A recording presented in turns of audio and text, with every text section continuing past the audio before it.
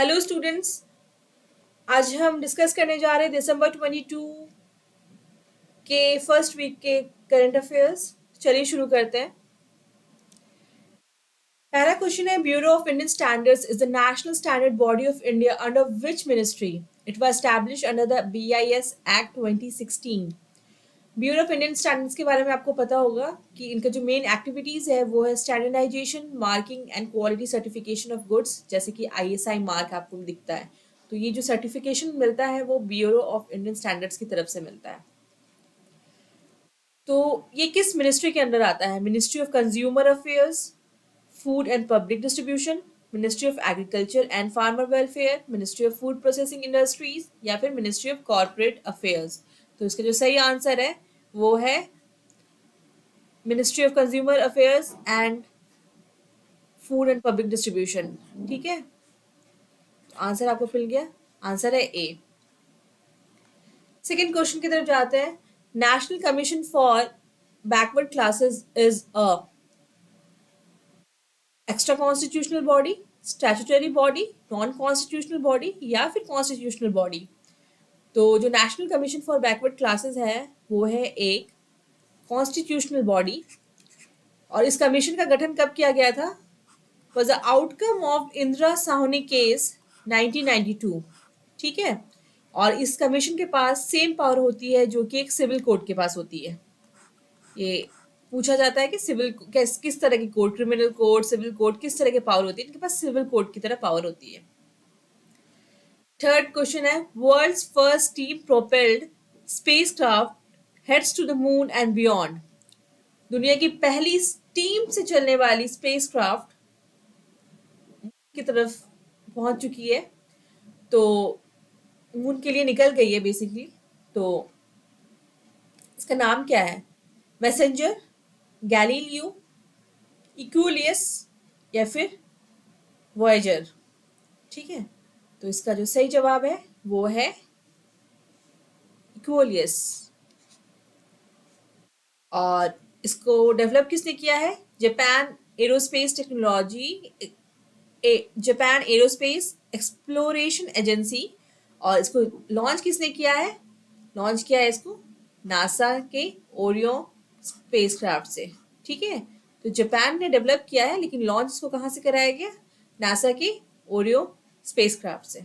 ठीक है, अब है fourth question. Asiatic cheetah is critically endangered subspecies currently only surviving इन।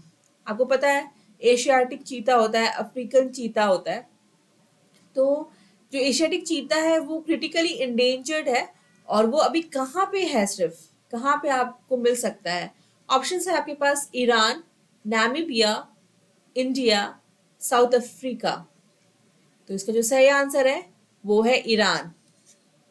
सिर्फ ईरान में है, इंडिया में ये एक्सटिंक्ट हो चुका है। तो इसीलिए अब हमने अफ्रीकन चीता मंगाया है नामीबिया से। आपको सबको पता है कुनो नेशनल पार्क मध्य प्रदेश में चीते आए थे, तो वो अफ्रीकन थे। एशियाटिक चीता सिर्फ ईरान में है। ठीक है, तो इसका जो सही जवाब है वो है ईरान। और ये तो अभी लाया गया है, तो ये अफ्रीकन चीता है। तो इंटरनेशनल चीता डे मनाया जाता है दिसंबर 4 दिसंबर को, to raise awareness about the need of helping cheetahs fight extinction. जिस तरह से भी हो रहा है, बहुत ज़्यादा शिकार कर देने की वजह से, या फिर उनको जो भी रीज़न है उनके एक्सटिंक्शन के लिए, तो वो ख़त्म करने से ही चीते की पॉपुलेशन बढ़ सकती है। फिफ्थ क्वेश्चन है, who established Ahom kingdom in 1228। Ahom kingdom का एस्टैब्लिशमेंट किसने किया था 1228 में? तो ऑप्शन है आपके पास। अहोम किंगडम कहाँ की किंगडम है? असम की। ये बहुत ही आजकल न्यूज़ में आप हमेशा पढ़ सकते हैं। ठीक है, तो असम की है। और इनके किसने इस्टेब्लिश किया था? चाओलोंग सुक्कापा, विजयलया, बिम्बिसार, या फिर हेराओस ने। तो इसका जो सही जवाब है वो है चाओलोंग सुक्कापा। ठीक, सिक्स्थ क्वेश्चन है, the securities and exchange board of India, जिसको सेबी भी कहते हैं, वॉज एस्टैब्लिश्ड एज अ। आपको पता है जितने भी इस तरह के स्टॉक मार्केट्स और इससे रिलेटेड जो भी ट्रेडिंग होती है वो इंडिया में कौन रेगुलेट करता है? Securities and exchange board of India, जिसको सेबी के नाम से जाना जाता है। तो वो किस तरह की बॉडी है? Extra constitutional body in 1995, statutory body in 1992, constitutional body in 1994 या फिर स्टैट्यूटरी बॉडी इन 2000। तो ये एक स्टैट्यूटरी बॉडी है जिसका गठन 1992 में किया गया था। ठीक है। सेवेंथ क्वेश्चन है, the vice president Shri Jagdeep Dhankhar inaugurated the 23rd edition of the Hornbill festival at. Hornbill festival मनाया जाता है किसी स्टेट में, और जो हमारे वाइस प्रेसिडेंट है श्री जगदीप धांकर, उन्होंने इनॉग्रेट किया है। ये 23rd एडिशन है इस फेस्टिवल का। तो ये कहाँ पे हो रहा है? शिलोंग में, कोहिमा में, इम्फाल में या ईटानगर में? तो इसका जो सही जवाब है वो है कोहिमा में। ये बेसिकली होता है कहाँ है? नागालैंड, और नागालैंड की कैपिटल है कोहिमा। और नागालैंड का जो नेशनल बर्ड है वो आपका हॉर्नबिल है। तो इसलिए यहाँ पे हॉर्नबिल फेस्टिवल मनाया जाता है। और यहाँ पे जितने भी तरह की ट्राइब्स, अलग अलग ट्राइबल्स लोग रहते हैं, अलग अलग कम्युनिटीज की, तो सारी सारी ट्राइब्स एक जगह आती है और वो लोग इस फेस्टिवल को बहुत ही अच्छे से मनाती है। और ये 1 से लेके 10 दिसंबर तक हर साल मनाया जाता है। 8th क्वेश्चन है, in India dash is the nodal body coordinating with UNESCO intangible cultural heritage. देखिए, यूनेस्को क्या करता है? इंटेंजिबल कल्चरल हेरिटेज की उपाधि देता है किसी किसी चीज को, जैसे किसी फेस्टिवल को, किसी फूड को, कि ये एकदम कल्चरल हेरिटेज है उस कंट्री की। ठीक है। इसको और प्रमोट किया जाना चाहिए। जैसे दुर्गा पूजा है हमारे देश में, तो वो एक यूनेस्को इंटेंजिबल कल्चरल हेरिटेज है इंडिया का। ठीक है। तो इंडिया में कौन सी बॉडी है जो कोऑर्डिनेट करती है यूनेस्को के साथ कि हाँ, इंटेंजिबल कल्चरल हेरिटेज किसको देना चाहिए, या फिर नॉमिनेट करती होगी किसी किसी फेस्टिवल्स, या कुछ फूड या कोई कपड़ा या फैब्रिक या कोई भी चीज को दिया जा सकता है? तो इंडिया में कौन करता है ये काम? ये करती है संगीत नाटक एकेडमी। ठीक है। संगीत नाटक एकेडमी नोडल बॉडी है जो कोऑर्डिनेट करती है यूनेस्को के साथ। 9th क्वेश्चन है, डिजी यात्रा इज लॉन्च्ड बाय। डिजी यात्रा किसने लॉन्च किया गया है? किसने लॉन्च किया है? ठीक है। तो डीजी यात्रा होता क्या है? ये एक project conceive to achieve contactless seamless processing of passengers at airports based on facial recognition technology. इसमें क्या होता है ना कि एयरपोर्ट्स पे फेस आपका रिकॉग्नाइज किया जाएगा और डेटा वहाँ पे कलेक्ट हो जाएगा। तो बिल्कुल ही आपका बस कॉन्टैक्टलेस आपका सारा डॉक्यूमेंटेशन डिजिटलाइज्ड हो चुका है। सब कुछ बस आपका कुछ स्क्रीन टाइप का होगा, वहाँ पे आपका फेस रिकॉग्नाइज किया जाएगा और फिर चेक कर लिया जाएगा कि हाँ ये वही बंदा है। और पहले से डेटा रहता है या फिर ये लोग इस तरह से डेटा और एक्यूमुलेट भी करते होंगे। तो ये मिनिस्ट्री ऑफ सिविल एविएशन ने लॉन्च किया है। किसने लॉन्च किया है? अब अगर आप एयरपोर्ट्स की बात करेंगे तो सिविल एविएशन ही लॉन्च करेगा। ठीक है, नाम से पता चलता है। तो ministry of civil aviation. 10th question है, 12th edition of exercise Agni Warrior, a bilateral exercise between। 12वां एडिशन हो रहा है एक्सरसाइज अग्नि वॉरियर का। ये किन दो देशों के बीच का बायलैटरल एक्सरसाइज है? Singapore and Indian army, Sri Lanka and Indian army, US and Indian army, या फिर यूके एंड इंडियन आर्मी। तो मैंने फ्लैग्स तो लगा दिया है यहाँ पे, तो आपको देख के पता चल रहा होगा जिसको पता है। ये है सिंगापुर का फ्लैग, और ये बायलैटरल एक्सरसाइज जो है वो इंडियन आर्मी के साथ सिंगापुर की है। ठीक है। और 12th एडिशन चल रहा है अभी। 11th क्वेश्चन है, which countries recognize the Taliban as the country's lawful government. ठीक है। तालिबान आपको पता है कि पूरी तरीके से तालिबान ने अफगानिस्तान को अंडर में ले लिया है। तो कुछ कंट्रीज ऐसे भी है जो मानते हैं कि तालिबान जो है वो उस कंट्री का, मतलब अफगानिस्तान का लॉफुल गवर्नमेंट है। ठीक है। तो कौन सी कंट्री है जो इस तरह से मानती है? ऑप्शन है आपके पास, Iraq, Jordan and Egypt, Pakistan, Saudi Arabia and UAE, या फिर फिलिस्तीन एंड तुर्की। ठीक है। तो जो आपका आंसर है वो है Pakistan, Saudi Arabia and UAE. ये जो तीन कंट्री है वो तालिबान को एज अ कंट्री अफगानिस्तान की लॉफुल गवर्नमेंट की तरह मानती है, ट्रीट करती है। ठीक है। 12th क्वेश्चन है, what is the current status of great Indian bustards in IUCN red list. ठीक है। तो आईयूसीएन रेड लिस्ट में इंडियन ग्रेट इंडियन बस्टर्ड्स जो है राजस्थान और गुजरात के इलाकों में पाया जाता है। तो ये कैसा है इसकी हालत, मतलब थ्रेटेंड है, एक्सटिंक्ट है, वल्नरेबल है या फिर क्रिटिकली इंडेंजर्ड है। तो इसको क्रिटिकली इंडेंजर्ड की श्रेणी में रखा गया है आईयूसीएन लिस्ट में। 13th क्वेश्चन है, zombie virus is a. Zombie virus क्या है? द ऑप्शंस है आपके पास। The virus emerge due to the thawing of permafrost as the global temperature is rising. The virus emerged after deadly infection, या फिर bio weapon या फिर hacking system.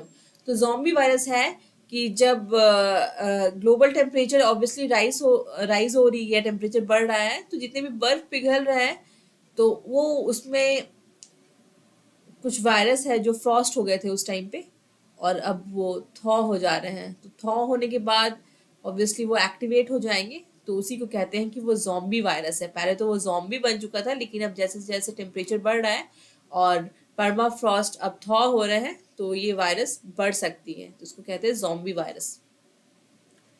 14th question है, identify the institution based on the information given below. कुछ information दिए गए हैं, आपको पता करना है कि किस इंस्टीट्यूशन के बारे में बात किया जा रहा है। फर्स्ट है, established as an agency for the League of Nations following World War One.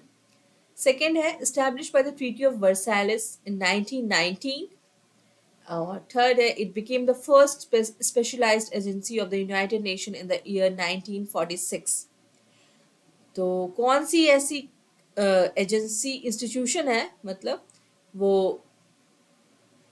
जो तीनों आपका सेंटेंसेस दिया गया है उसको पूरी करती है। तो इसका जो आंसर है वो है international labour organisation. 15th question है, 18th edition of India US joint military exercise is organised in Uttarakhand. ठीक है। इंडिया और यूएस के बीच में जॉइंट मिलिट्री एक्सरसाइज हो रहा है जो कि उत्तराखंड में ऑर्गेनाइज किया गया है। तो उसका नाम क्या है? गरुड़, युद्ध अभ्यास, वरुणा या फिर शक्ति। तो इसका जो सही जवाब है वो है युद्ध अभ्यास। तो इंडो यूएस एक्सरसाइज में देखिए, आर्मी की कुछ एक्सरसाइजेज है जिसको कहते हैं युद्ध अभ्यास या फिर वज्र प्रहार, और नेवी का जो एक्सरसाइज है इंडो यूएस के बीच में उसको मालाबार नाम से भी जानते हैं। ठीक है। 16 क्वेश्चन है, कोप 15 इज बीइंग हेल्ड इन। कोप 15 अभी आयोजित किया जा रहा है, तो कहाँ किया जा रहा है? लास वेगास यूएसए में, मॉन्ट्रियल कनाडा में, टोक्यो जापान में या फिर बाली इंडोनेशिया में। तो मॉन्ट्रियल कनाडा में कोप 15 अभी आयोजित किया गया है, ये कनाडा में है। और बाली इंडोनेशिया में आपको पता है अभी अभी G20 का अ, आयोजन हुआ था, और अब हमारे पास पोजीशन है G20 का। ठीक है। तो आगे वाले क्वेश्चंस में हम उसको डिस्कस कर सकते हैं।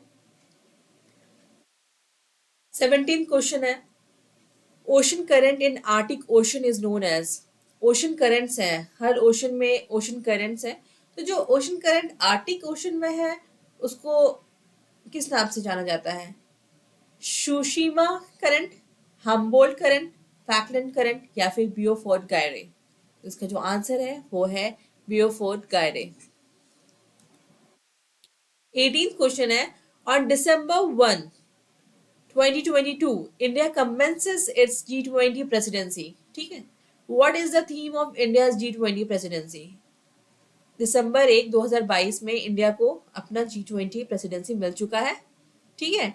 अब इंडिया ऑब्वियसली अब इस चीज में अब जो भी अब जब होगा इसका जो कॉन्फ्रेंस होगा G20 का, वो इंडिया में ऑर्गेनाइज होगा, जहाँ की प्रेसिडेंसी होती है उसी कंट्री में ऑर्गेनाइज किया जाता है। तो अभी हमारे पास है, तो क्या थीम है इंडिया की G20 के एजेंडा का क्या थीम रखा गया है? ऑप्शन है आपके पास, one life, save future, save our future, या फिर one earth one family on one future. ठीक है, तो इसका जो मेन जो कॉन्सेप्ट है ये वननेस पे इन्होंने ध्यान दिया है कि हाँ सब कुछ एक है। तो इसका जो आंसर है one earth one family and one future. 19th question है, who won Time Time magazine's person of the year for 2022? Time magazine हर साल person of the year for each year निकाला जाता है, तो इस साल 2022 का किसको निकाला गया है, किसको दिया गया है पर्सन ऑफ द ईयर का award? Elon Musk, Volodymyr Zelenskyy, Rishi Sunak, या फिर नरेंद्र मोदी को?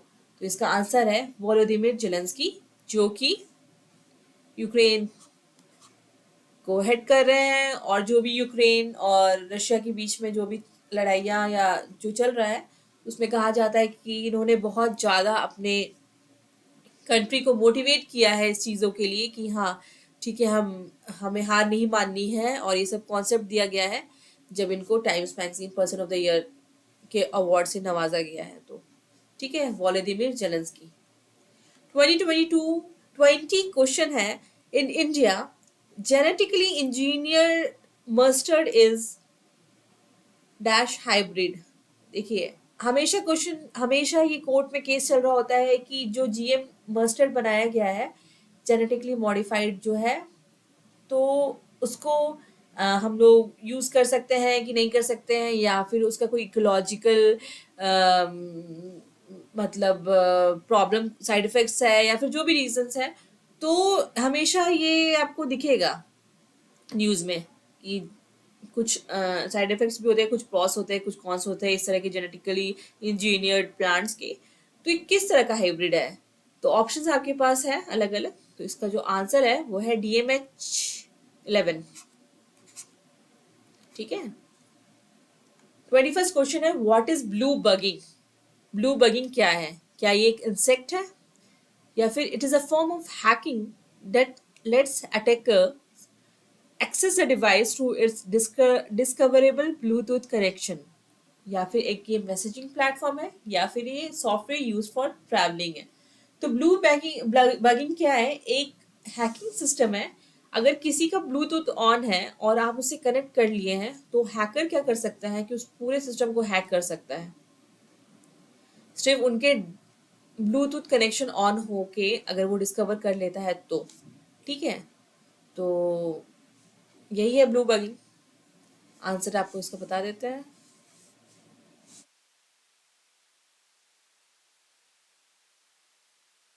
ठीक है, 22nd क्वेश्चन है, natural gas comprises mainly of. Natural gas में मेनली क्या होता है?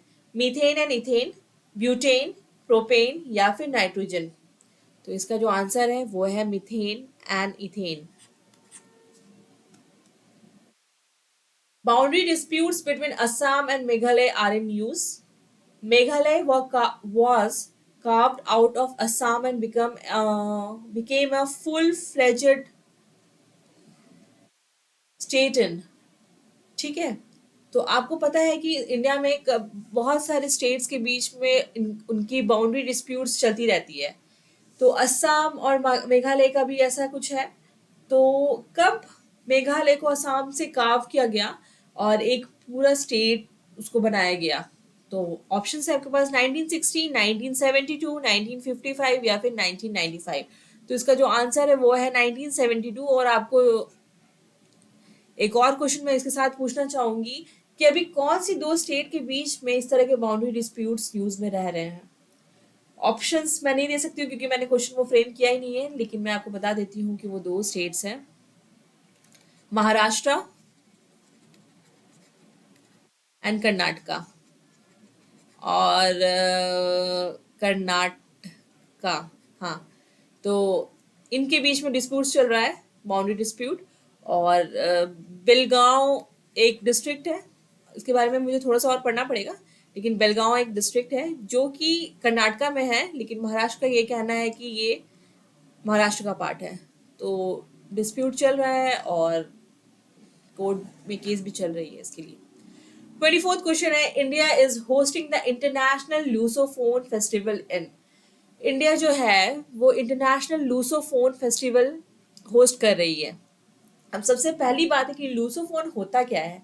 लूसोफोन फेस्टिवल, लूसोफोन मतलब होता है पोर्तुगीज।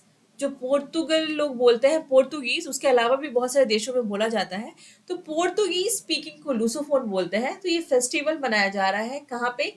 गोवा में, शिमला में, पौंडीचेरी में या फिर दमन में। आपको बताना है सही जवाब। तो अगर आप थोड़ा सा दिमाग लगाएंगे और आपको पता है कि पोर्तुगल कॉलोनीज या पोर्तुगीज कॉलोनीज या फिर पोर्तुगल लोग कहाँ पे थे इंडिया में, तो आपको पता है गोवा। तो इसका सही जवाब है गोवा। पौंडीचेरी में कैसे, कहाँ के लोग थे? French colony.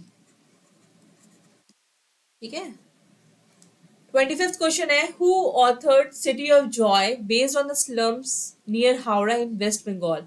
बहुत ही फेमस बुक है सिटी ऑफ जॉय, जो कि हावड़ा में जितने स्लम्स है उस पर बेस्ड है। और हावड़ा कहाँ है? वेस्ट बंगाल में। तो जो इनके ऑथर हैं उनकी अभी अभी हाल में ही डेथ हो गई है और ये बुक बहुत ही फेमस है, तो न्यूज़ में फिर से आ गई है। तो इनके ऑथर कौन है? सलमान रुश्दी, डोमिनिक लैपियरे, पद्मा लक्ष्मी या फिर वीएस नायपॉल। तो इसका जो सही आंसर है डोमिनिक लैपियरे। ठीक है, सिटी ऑफ जॉय उन्होंने किया। और भी काफ़ी सारी अच्छी अच्छी उनकी बुक है जो फेमस है काफ़ी, तो ये उनमें से एक है। 26th क्वेश्चन है, which article guarantees freedom of concise and free profession practice and propagation of religion. तो पूछा जा रहा है कि कौन सी आर्टिकल जो है वो आपको freedom of concise and free profession practice and propagation of religion देती है। तो जो इसका आंसर है वो आप लोग सोच के रखिए, तब तक हम दूसरे क्वेश्चन पे जाएंगे, क्योंकि ये अब आपके लिए हर बार एक क्वेरी रहेगी। ठीक है, मुझे देखना है कि आप लोग अब रिपीट कीजिए, आप लोग रिकॉल कीजिए। 27 क्वेश्चन है, group of officials from major creditors countries whose role is to find coordinated and sustainable development solutions to the payment difficulties experienced by debtor countries is known as। देखिए बहुत सारी countries हैं जो develop countries हैं, ठीक है, उस countries के पास बहुत सारा पैसा है। तो पैसा जब है उस कंट्रीज के पास तो वो उधार देती है दूसरे कंट्रीज को, मतलब डेवलपिंग कंट्रीज को बेसिकली वो उधार देती है। तो कई बार क्या होता है ना कि जो जिनको उधार चुकाना है वो चुका नहीं पाते, जैसे कि आपको पता है कि अभी श्रीलंका में भी इकोनॉमिक क्राइसिस आ गया था। तो उस तरह की प्रॉब्लम आती रहती है। तो इन जो मेजर क्रेडिट कंट्रीज हैं इन्होंने एक आपका एक ग्रुप बनाया है जिससे कि वो देखेंगे कि किस तरीके से ये पैसे अपना वापस ले। ठीक है, तो ये पैसा वापस लेने की बात हो रही है। तो ऑप्शन है आपके पास, Washington group, London group, Paris club या फिर जेनेवा ग्रुप। ठीक है, तो आपको बताना है कि इसका सही आंसर क्या है। Washington group, London club, Paris club या फिर जेनेवा ग्रुप। तो इसका जो सही आंसर है वो है, आपको नाम तो पता तो चल ही गया होगा, इसका जो आंसर है वो है पेरिस क्लब। ठीक है,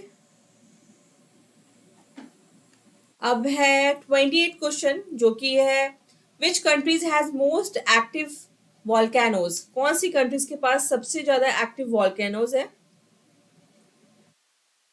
इंडोनेशिया, यूएस, ऑस्ट्रेलिया या फिर जापान। तो इंडोनेशिया में सबसे ज्यादा एक्टिव वॉल्केनोज है। ठीक है। 29 क्वेश्चन है, parent material of black soil comprises of. ठीक है, अब ब्लैक सॉइल बहुत ही फेमस है अपने, कौन सी चीज वहां पे बहुत ज्यादा उगाई जाती है या फिर आप कल्टीवेट कर सकते हैं, वो है कॉटन। ठीक है, तो जो किस चीज से ब्लैक सॉइल बनता है? ऑप्शन है आपके पास, silt deposited by Indo Gangetic Brahmaputra rivers, या फिर volcanic rocks that were formed in the Deccan Plateau and Rajmahal traps. Third है rich in iron and aluminium formed in hot and wet tropical areas. या फिर weathering of crystalline and metamorphic rocks in the area of high rainfall. तो इसका जो सही answer है, आपको पता है कि कॉटन, आप देखिए आपको कैसे सॉल्व करना है इसको। कॉटन होता है, कॉटन कहाँ कहाँ होता है, जैसे कि महाराष्ट्र में, गुजरात में, ये सब कॉटन प्रोड्यूसिंग स्टेट्स है, ठीक है। तो ये हो गया आपका डेक्कन प्लेट्यू। यहाँ से आपको आंसर अपना निकाल लेना है कि बी है इसका answer, volcanic rocks that were formed in the Deccan plateau and Rajmahal traps. ठीक।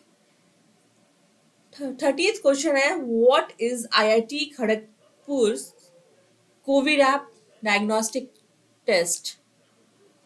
ठीक है, यहाँ पे किसी तरह का कुछ किट बनाया गया है बेसिकली। तो ये क्या है, कोविड ऐप है क्या? कोविड ऐप क्या ये एक nucleic acid based rapid diagnostic test है, या फिर जो कि जिससे कि आपको इन्फेक्शियस डिजीज का पता चलेगा, या फिर ये कोविड-19 वैक्सीन है, या फिर ये एक स्टेरिलाइजेशन मशीन है कोविड-19 के लिए, या फिर ये एक स्पेशलाइज्ड पीपीई किट बनाया गया है। तो ये जो है एक nucleic acid based rapid diagnostic test kit है, जिससे कि आप इन्फेक्शियस डिजीज के बारे में पता कर सकते हैं कि किसी को है या नहीं है। तो कोविड ऐप का मतलब इन्होंने डेवलप किया है कि जिससे कि आप डायग्नोस्टिक टेस्ट करना आसान हो जाएगा, या घर बैठे भी आप कर सकते हैं। तो इसके बारे में थोड़ा सा जानकारी और लेना होगा। अब चलिए 26 क्वेश्चन पे। मैंने अभी भी पूछा था विच आर्टिकल आपको ये कहता है, ये आपको अधिकार देता है, freedom of concise and free profession, practice and propagation of religion, कि आप जिस रिलीजन के हैं उसको प्रैक्टिस कर सके, प्रोपेगेट कर सके, ठीक है। लेकिन अभी अभी आपको पता है कि बहुत सारे केसेस चल रहे हैं कि आप किसी को खाना देने के बदले या फिर शेल्टर देने के बदले आप उसका धर्म परिवर्तन नहीं कर सकते हैं। तो ये सब तो बहुत ही डिबेटेबल चीज़ें हैं, जिसको डिस्कस करने के लिए बहुत टाइम चाहिए। लेकिन कौन सा आर्टिकल आपको ये कहता है कि आप आसानी से, आराम से, जो भी जिस भी रिलीजन के आप हैं, किसी के रिलीजन के, आप उसको अच्छे से जो भी उस रिलीजन के अंतर्गत आती है, जिस तरह से आपका पूजा करने का तरीका है, ठीक है, वो आप कर सकते हैं। तो कौन सा आर्टिकल आपको ये अधिकार देता है? क्योंकि ऑब्वियसली इंडिया इतनी डाइवर्स कंट्रीज है और बहुत सारे तरीके रिलीजन है, तो वो तो अधिकार आपको कॉन्स्टिट्यूशन से मिलना ही चाहिए, नहीं तो फिर ऐसे ही इतनी प्रॉब्लम है यहाँ पे। ठीक है, तो ये है आर्टिकल 25। ये बहुत ही, इसके ज़रिए हमारा काम बहुत आसान हो जाता है कि हम बहुत ही फ्री तरीके से रह सकते हैं इस देश में। ठीक, तो ये थे आज के, और मैं उम्मीद करती हूँ कि आपने सही गेस किया होगा। और ये है आज के 30 क्वेश्चंस, दिसंबर फर्स्ट वीक कवर्ड। ठीक है, अब चैनल को लाइक कीजिएगा, सब्सक्राइब कीजिएगा, और बेल बटन को प्रेस करना ना भूलिए, और कीप लर्निंग। Thank you.